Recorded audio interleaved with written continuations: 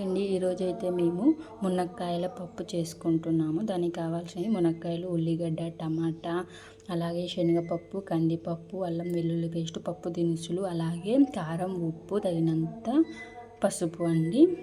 ఇవన్నీ తీసుకోవాలి. శనగపప్పు, కందిపప్పు నేను సమానంగా అయితే తీసుకున్నాను. మీరు ఉత్త ఏదైనా తీసుకోవచ్చు, కలిపి తీసుకుంటే బాగుంటుందని అయితే నేనైతే తీసుకున్నాను. ఆ 2 కుక్కర్లు వేసుకొని ఉడికించుకోవాలండి.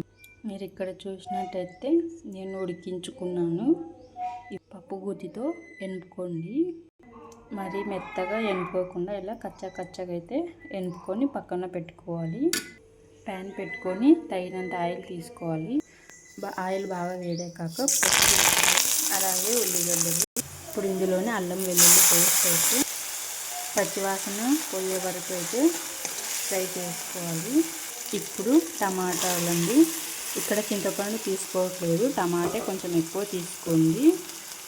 ఇవి కూడా ఇందులో వేసేసుకోవాలి. వీటిని కొంచెం వాటర్ తీసుకొని బాగా ఉడికిపోయే వరకు ఉడికించుకోవాలన్నమాట. ఇక్కడ చూడండి బాగా ఉడికిపోయింది కదా. తర్వాత మనము ఫస్ట్ ఎనిపి పక్కన పెట్టుకున్నాం కదండి, అందులో ఈ పోపు వేసుకోవాలి. ఈ పప్పు గట్టిగా ఉండకూడదండి, లూజ్గానే ఉండాలి. ఇంత లూజ్ అయితే సరిపోతుంది.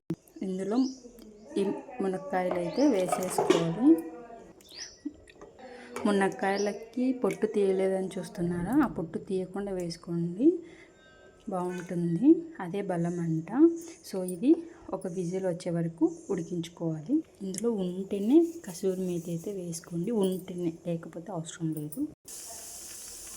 ఇక్కడైతే విజిల్ ఒకటి రాబోతుంది కదండి, ఫస్ట్ విజిల్. అప్పుడు స్టవ్ ఆఫ్ చేసుకోవాలి.